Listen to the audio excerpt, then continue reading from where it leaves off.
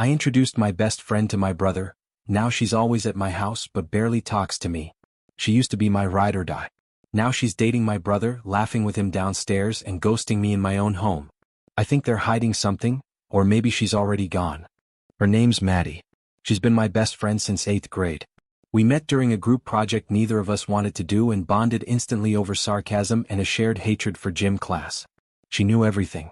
My first kiss. My worst breakup. Every bad haircut and family fight in between. She was the friend who showed up with junk food when I got ghosted, who helped me pick outfits before every date, who texted me, "You alive?" if I didn't answer within 20 minutes. I never had to wonder where I stood with her. Until she started dating my brother. And suddenly I can't stop wondering anything. It started innocently. We were all hanging out one night, me, her, and my older brother Nate. He's 3 years older, recently moved back home after a breakup and a job change, and honestly, we were never super close. Cordial but not tight. He mostly stayed out of my world and I stayed out of his. But that night, we all ended up watching a movie together in the living room. I noticed her laughing at his jokes more than usual. I caught him asking her questions about school and music and how she learned to do that little thing with her eyeliner. At the time I thought, weird, but whatever. It's one night. Until it wasn't. Until she started asking if Nate would be home when she came over. Until they started texting separately. Making side plans. Inside jokes. Until one day she said it. "So, your brother and I are kinda talking." I was stunned. Not mad. Not exactly. Just blindsided. "You're what?" "Talking. Like flirting. Maybe hanging out. Nothing serious yet." I tried to play it cool. "Okay. I mean that's fine." And it was. I introduced them. They met through me. If anyone had the right to feel uncomfortable, it was me, and yet I was the one reassuring her that it was okay. And to her credit, she was honest. At least in the beginning. But things changed fast. The first time she came over after that, everything felt different. She used to walk into my room, flop on my bed, and go straight into whatever drama or excitement she was carrying that day. Now, she lingered downstairs longer. She'd laugh at something Nate said in the kitchen, and by the time she came up to see me she was off. Distracted. Not cold but not warm either. Like she was giving me the leftover energy from her real conversation downstairs. Then it became a pattern. She'd come over to hang out, but spend half the time with him. Sometimes I'd hear them whispering, laughing behind the door in the hallway, and feel a weird twist in my stomach. Not jealousy, not exactly. Just that creeping sense that the dynamic had changed and no one told me. I tried to bring it up once. Half joking. "You know you came over to see me, right? Not just my brother?" She smiled. "Of course. I'm just being friendly." But it didn't feel like friendly. It felt like disappearing. It got worse when they officially started dating. I found out through her Instagram story, a blurry photo of their hands holding ice cream cones, captioned, "He gets me." No heads. No tags. But I knew those hands. And I knew I hadn't been told. I texted her. "Me, so, you and Nate? Maddie, I was gonna tell you. It just happened." I didn't want to make it weird. It was already weird.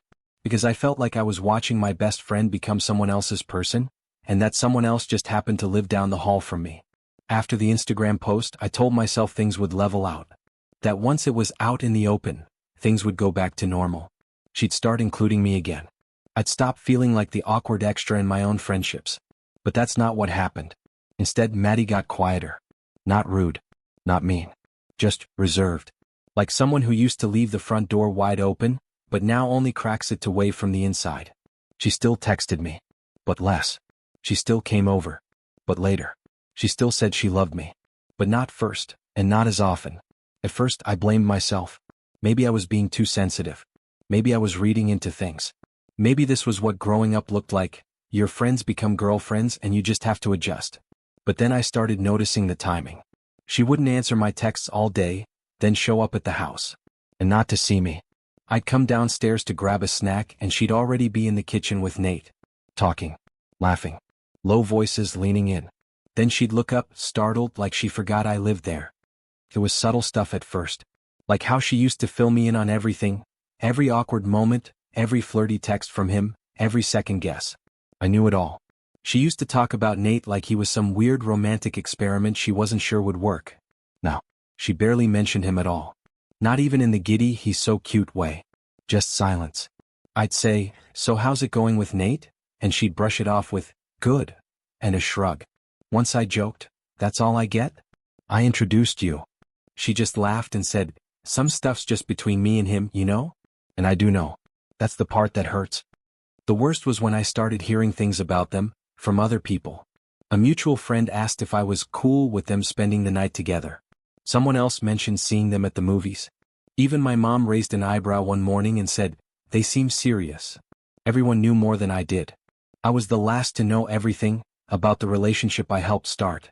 One night, Maddie and I were sitting in my room, scrolling through TikTok like we used to, and I finally asked her straight up, "Are you keeping things from me?" She looked at me, eyes wide. "What? No. Why would I?" I hesitated. "It just feels like, I don't know, like I'm not part of things anymore. Like you're in the house but you're not with me." She sighed. "It's just different now. That doesn't mean I don't love you. I don't feel like you do." That landed harder than I meant it to. She looked away. "I'm trying to balance everything. Nate and I are figuring stuff out, and I didn't want to make you feel weird. But I already feel weird. You talk to him more than me now." There was a long pause. Then she said, "Well, maybe that's just where we're at." And that was the first time I realized she might not be trying to come back. Since then she stopped knocking. She still comes over. Still hangs out. But she doesn't come upstairs. Doesn't check in. Doesn't ask to watch a movie or vent about her day. She's just around. I've seen her walk past my bedroom with Nate. Laughing. Holding hands. Once I heard them fighting quietly in the hallway. I couldn't hear the words, just the tone. Tense. Familiar. I waited for her to come in afterward. She didn't. I waited for a call the next day. Nothing. So I texted. "Me, everything okay?" She replied 4 hours later. "Maddie, yeah, just tired. All good." That was 2 weeks ago. We haven't had a real conversation since. I didn't go looking. Let me start with that.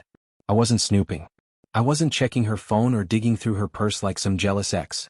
I was just trying to find an old playlist we made together. Something we used to blast in my room while painting our nails and talking about people we swore we'd never speak to again. I remembered it was in her Spotify. We'd made it on her account during a sleepover junior year. So I typed her username into the search bar on my laptop, the way I had a dozen times before. Only this time I found something else. A playlist. Not ours. For N Red Heart. And I know, that's not a crime. People make playlists for people. It's romantic, even sweet. But when I opened it, I knew right away, this was personal. Too personal. Songs we used to laugh at together. One that played in the background of a sleepover when we stayed up until 3 a.m. talking about our fears. Even a track she once said reminded her of me. Now it was in a playlist for him. I felt sick. Because it wasn't the playlist itself. It was the quiet way she'd shifted our shared memories, repurposed them, rewrapped them, and given them to someone else. Someone I can't even vent about it to. Because he's my brother. I didn't say anything right away. I closed the tab. Closed the laptop. Sat there staring at the wall with my hands in my lap, trying to figure out what this feeling was. It wasn't jealousy. It wasn't even betrayal, not exactly. It was more like grief. Not for the playlist. Not for Maddie. But for us. The version of us that used to exist. The one where I was her go-to person. Where I knew everything first.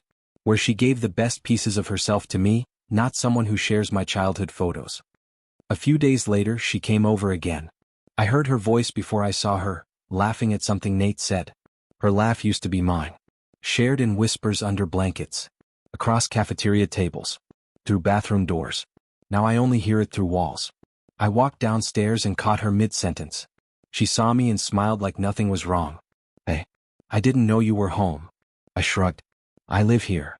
She laughed, nervous. "Right." Nate stepped out to take a call, and for the first time in weeks, we were alone in the room. So I asked. Not angrily. Not accusing. Just asked. "Do you miss us?" She blinked. "What?" "Me and you. As best friends." She looked away. "Of course I do. Because it doesn't feel like it." Her voice softened. "Things changed. I didn't mean for it to happen like this. But it did happen like this." She nodded slowly. "I think I got caught up," she said. "It started casual. Then it got serious. And I didn't know how to balance both. So you picked one." "I didn't pick," she said quickly. "It just happened." I didn't say anything. Because that's what people always say when they don't want to admit what they chose. It just happened. As if choices aren't made in the spaces between texts, between conversations, between the decision to knock on one door instead of another. That night, I cried in the shower for the first time in a long time. Because it finally hit me. She might still like me. She might still love me in some faded, familiar way. But she doesn't choose me anymore. And when someone stops choosing you, day by day in the quietest ways, that's when the friendship ends. Even if neither of you says it out loud. She stopped coming to my room altogether. That was the first real sign. Even when she was in the house, I could hear her downstairs, laughing, moving around, sometimes helping my mom make dinner. But she never came up to knock. Never asked to borrow a hoodie or sit on the floor and vent while I fake listened and handed her gummy bears like old times. I kept telling myself I could fix it. That if I just said the right thing, she'd come back. But what do you even say to someone who's already moved on? One Friday night, I walked into the living room and found her curled up next to Nate, under the throw blanket we used to fight over during movie nights. His arm was around her shoulders. She was wearing one of his sweatshirts.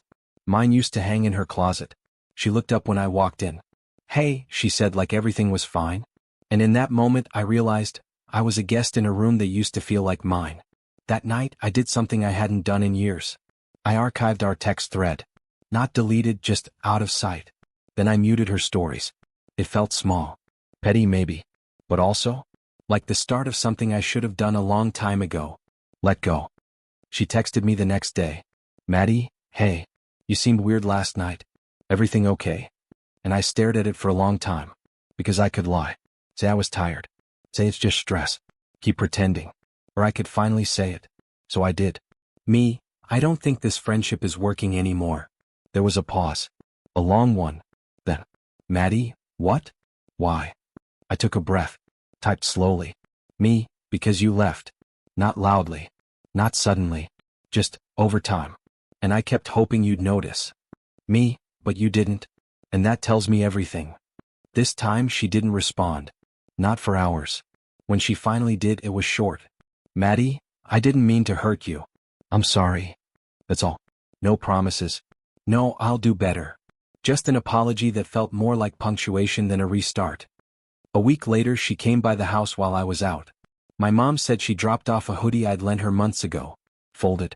In a bag. No note. Just quietly returned, like something borrowed that had overstayed its welcome. And maybe that's what we were. Not broken. Not ruined. Just borrowed. From a younger version of ourselves who didn't know things could change like this. I still see her sometimes. In pictures with my brother. In passing mentions from mutual friends. In my memory, laughing in my bed, painting my nails, crying into a pillow over some guy whose name we swore we'd forget. But she's not mine anymore. Not in the way she used to be. And that's okay. Because here's the thing no one tells you. Sometimes friendships don't end with a fight. They end with a slow fade, a quieter room, a hoodie in a plastic bag. And when they do, you don't need closure. You just need to stop waiting for them to knock.